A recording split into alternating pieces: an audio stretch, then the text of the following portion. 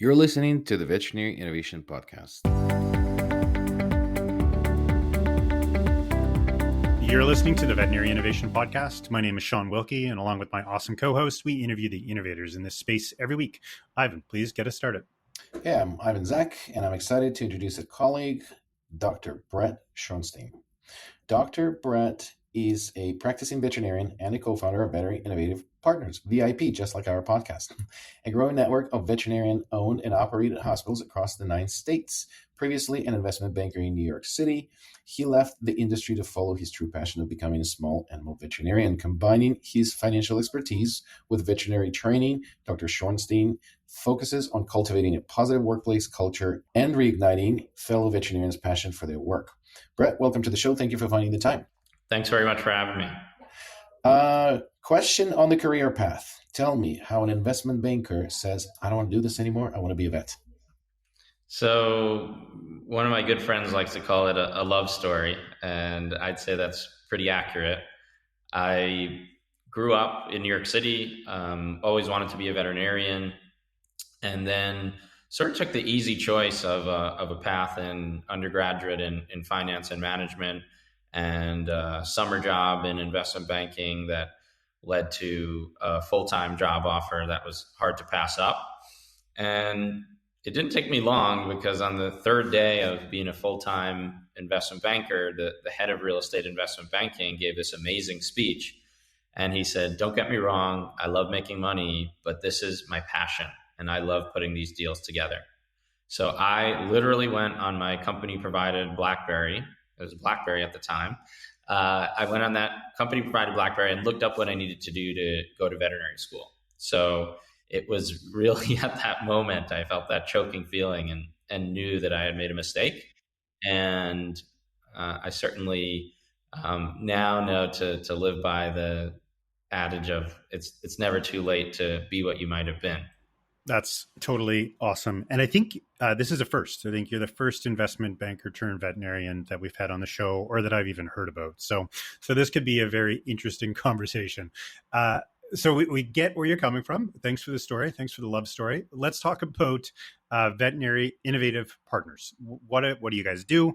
How did it start? Let's start there. Sure. So sort of the rest of my story leads to the path towards Veterinary Innovative Partners. So I can tell it quickly. After deciding to change careers, I did a post-bac for the pre-veterinary courses, and then went to Penn Vet and an internship at Animal Medical Center. And it was after that I was working at a large corporate practice on the Upper East Side of Manhattan, and learned some of the things that can be good about corporate medicine, and then some of the reasons that corporate veterinary medicine might get a bad name in some cases. And so after working for close to 2 years in that job, I decided there had to be a better way. And so I bought my first practice towards the end of 2017 called Abingdon Square Veterinary Clinic, and focused on the right things, in my opinion. Focused on the culture, focused on the standards of care, focused on updating the technology in the practice. But most of all, the focus was on those providing the care for the pets. And I knew that if I provided great care for the team members, that they would in turn provide great care for the pets. And that's really what we're all in it for. And that's certainly why I changed careers. After growing my original baby, Abingdon Square, significantly from doctor count and patient volumes, I spoke to my mentors, who are now my veterinarian partners in Veterinary Innovative Partners, my 3 other co-founders.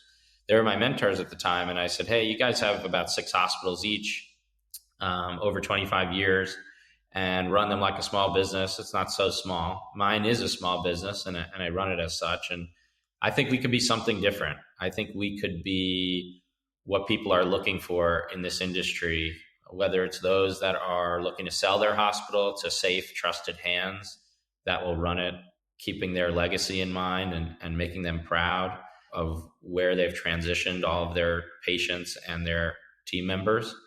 And then also work towards being a destination employer, an employer of choice, and People have seen companies put revenue numbers on the wall and say, you got to meet these and you'll get $50 at the end of the month.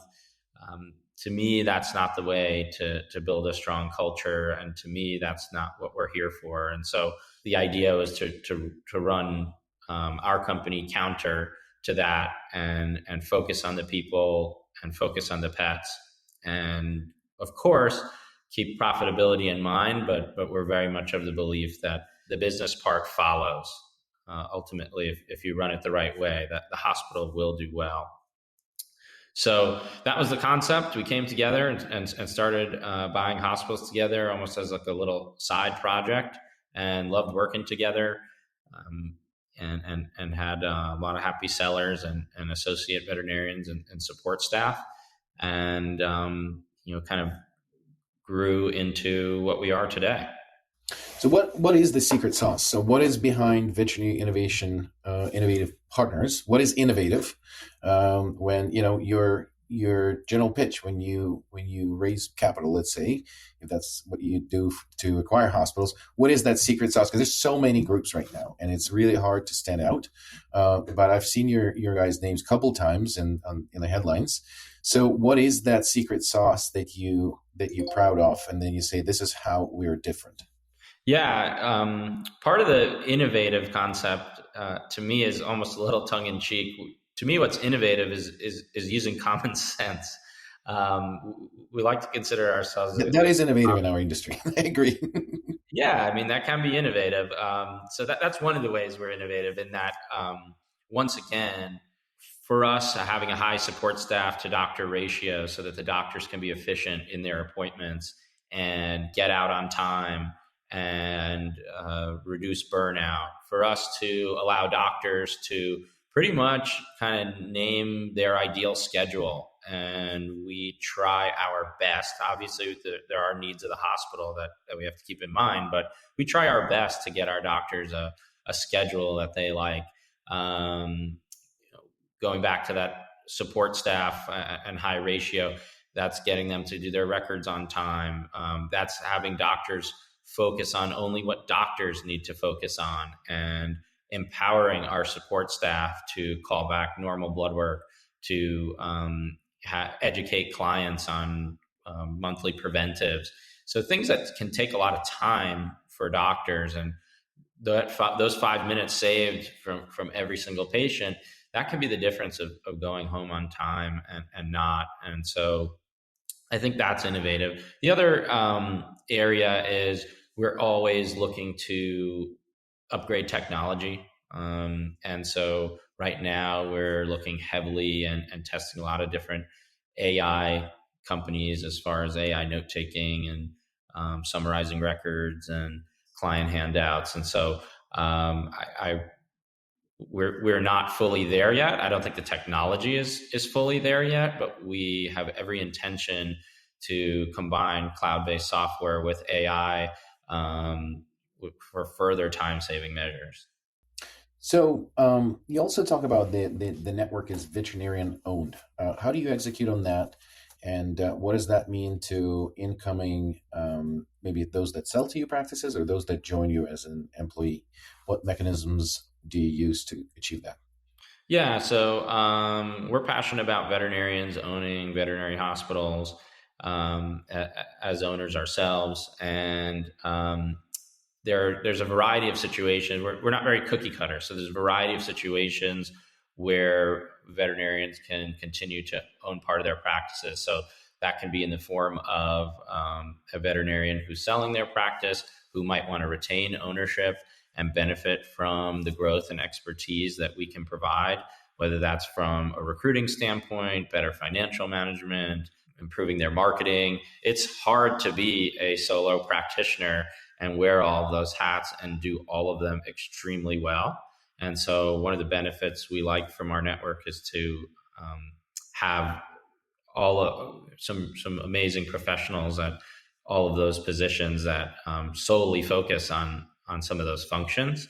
As far as practices, some of our practices, the selling veterinarian felt strongly about having their associate veterinarian have ownership and sort of work that into the transaction where their associate, instead of buying the practice outright, because it's no secret that multiples have increased to a point where it can be hard for a selling veterinarian to get that same value on their practice from an associate veterinarian that larger groups can pay. So that's been a way to kind of bridge that gap, and then that associate veterinarian becomes our partner. So there's a lot of different opportunities in that way.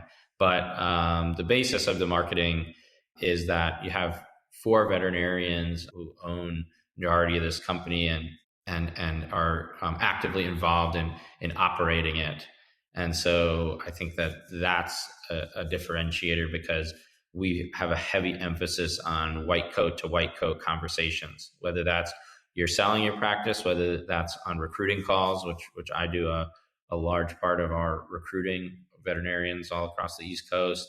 You're really speaking to somebody who speaks your language. That makes sense. So you also take pride in your development through professional development through coaching. Can you tell us a little more about the program that you applied and what does it look like inside of the network? Sure. So we've branded what I feel is a very impressive and expansive mentorship program. It's called our Viva mentorship program. And I think that's another way that we're trying to be innovative, because it's one thing to say you have mentorship, and it's another to actually do it and take it seriously. And often what that means is you could be taking a hit to the practice financially because you're spending extra time and effort growing typically young veterinarians and growing their skill sets into a fully formed veterinarian who can perform surgeries, dentistries, and flow through appointments with ease. And so what we've created is a structured program that's a year long and most intensive for the first 6 months, where a newer graduate is paired with an experienced mentor.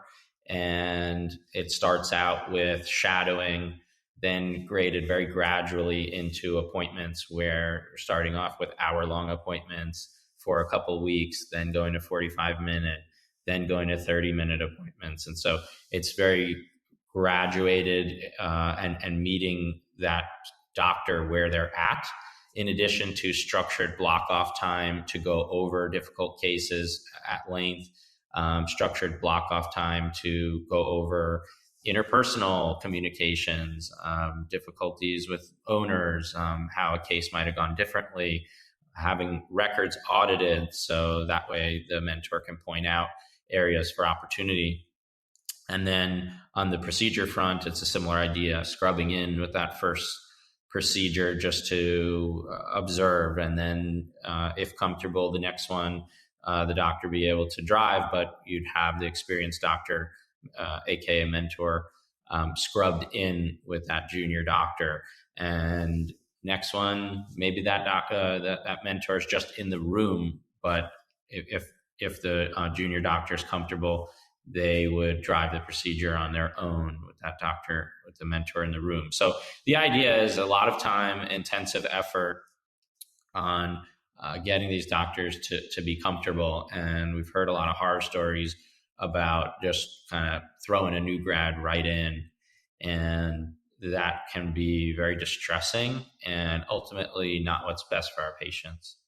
Yeah, that makes a ton of sense. And really interesting that you guys are investing so much effort there, and the been there, done that before kind of ownership model and having the veterinarians at the leadership team makes a ton of sense. What's going on with you guys? And when we look out into the future, are you guys still growing? Are you still buying and acquiring practices, or are you opening new practices? I mean, the market's shifted quite a lot, but where are you guys at? Yeah, we've certainly slowed down on acquisitions over the last 16, 18 months. And that's sort of by design and sort of a function of interest rates. It's certainly no secret that interest rates kind of have affected veterinary acquisitions overall, but I think that they've affected real estate. They've affected pretty much every industry. So in a sense, I do feel that the interest rate environment was sort of lucky for us in a strange way, because we were kind of building the car as we were driving it pretty fast. And it's given us an opportunity to slow down, build programs such as this Viva mentorship program, and make sure to fine tune in a lot of our areas to make sure we're making good on our word, so to speak.